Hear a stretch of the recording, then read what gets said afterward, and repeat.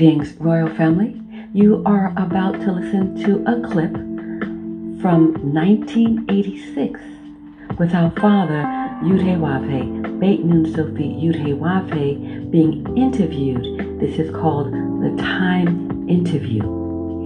There were questions that he answered regarding the Shabbat and how it appears to rotate when you place it on the Gregorian calendar. The solar calendar and the Gregorian calendar are two very different calendars. Because keeping the seventh day is so very important, it's important for those that are on the Gregorian calendar to still know when our seventh day comes in, even on the Gregorian calendar. You will hear the interviewer question our father, Yahweh, Beit Nun Sophie Yahweh, as to why the seventh day in 1986 was on a Monday. You will also hear our father, Yahweh, Beit Nun Sophie Yahweh, explain that each day on that Gregorian calendar gets to get its turn to be the seventh day. It rotates each year on the Gregorian calendar. On our solar calendar, Royal Family, the seventh day is always the seventh day. The problem comes in when you try to figure out how that works on the Gregorian calendar. The answer for that is quite simple. On the Gregorian calendar, it appears to rotate to another day of the week in the following year. Listen carefully as our Father explains it. Why do you have a Sabbath on a Monday? I mean, I know it's Saturday and Sunday, but I've never heard Sabbath on Monday. Right. It will rotate in perfection for every day of the week. For example, in 1987, it will be on Tuesday. Oh. And in 88 on Wednesday. It goes in a cycle of perfect sevens because we observe solar time. Yahweh gave his own calendar and his own time, which is perfect. All men, regardless of their timepiece, have to synchronize it with solar time, which the sun, not the moon, is the basis of time. Is this out of Scripture? Oh, of course. In Genesis chapter 1, Yahweh gave the great light, the sun, as the ruler of the day and night. That's where you get your seventh. Indeed, seventh day as opposed to seventh name. And not Sabbath. Yahweh gave us the order of seventh day. And he said that our keeping the seventh day holy is the sign between he and his chosen people, as opposed to worshiping a named day. How did he get off? The scriptures also teach that. It says that those who are in opposition to Yahweh changed the seasons and the times. And Lucifer, by the way, who was black, set himself in opposition to Yahweh and wanted to be in the place of Yahweh. He wanted to be worshipped as Yahweh was worshipped. He thought himself handsome, beautiful, and he was referred to in one scripture as a bright star of heaven. And so he changed the seasons and the times for that purpose, so that he could be worshipped.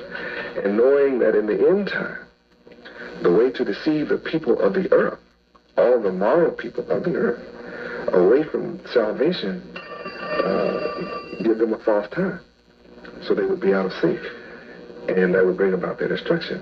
It would be impossible for the moral people of the earth to keep the accurate law of the Sabbath and not know the time.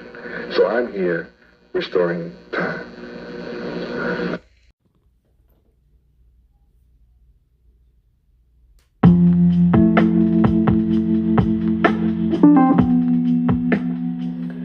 Well, Royal Family, that was pretty clear. On the Gregorian calendar, each day of the week, each named day of the week gets to be the Sabbath.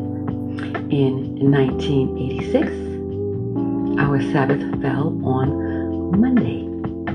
In 1987, he said it would be Tuesday. And then in 1988, we know what follows, that would be Wednesday. 1989, that would be Thursday. And in 1990, which many of the Hebrews know, our Shabbat in 1990 was Friday sundown into Saturday sundown. Now, royal family, continue to do the calculations for yourself. Continue on all the way up to this current year on the Gregorian calendar, which is 2022 if you're listening in at this moment. When you do these calculations, you'll find that in 2022, our Sabbath returns to a Tuesday like it was in 1987. Our seventh day, our Sabbath, always comes in at sundown. So for this particular current year, 2022, and on our solar calendar, 6025 FC, which means from creation, our Sabbaths come in on Tuesday evening into Wednesday evening. Our Father, Yud-Heh-Wav-Heh, Beit Nun Sophie, Yud-Heh-Wav-Heh, Yahweh ben Yahweh, lets you know that our solar calendar is perfect and that everyone is going to have to synchronize with our solar calendar. A very important question to ask is, how do you get to the seventh day? And the answer to that is quite simple. And if you get this information right here, you'll be on track. You get the seventh day from knowing when the first day is. So when is our first day? Our first day begins in spring, Abib 1. The seventh day is calculated from Abib 1. That is our new year. Our new year, Abib 1, is our first day of every year. This is where the misunderstanding is taking place throughout our holy Hebrew nation. When the new year comes in, that's day 1. And then on the seventh day is our first Sabbath of the new year. And then that second Sabbath is Passover, the 14th day. All of our holy Hebrew sacred holy days fall in line with Abib 1. You can calculate perfectly. Our solar calendar is perfect. And if you do not yet have a copy of our solar calendar with the daily scriptures and the Shabbat scriptures, we certainly encourage you to go to our website at www.yahweh144000.com. This is where you get the current solar calendar and the correct solar calendar. There are many calendars out there.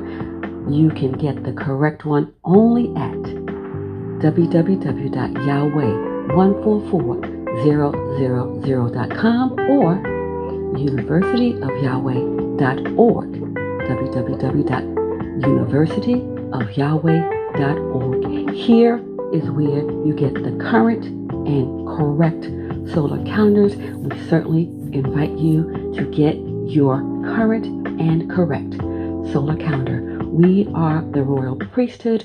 We are meticulous in our calculations and in our counting, and we certainly invite you to be a part of our organization just by visiting us and letting us know via the email right there on our site that you want to be a part of the royal priesthood, the Godhead. Praise Yud-Heh-Wav-Heh. Praise Yud-Heh-Wav-Heh. Beit Nun Sophie, Yud-Heh-Wav-Heh. Have a glorious day in Yud-Heh-Wav-Heh, royal family. Shalom.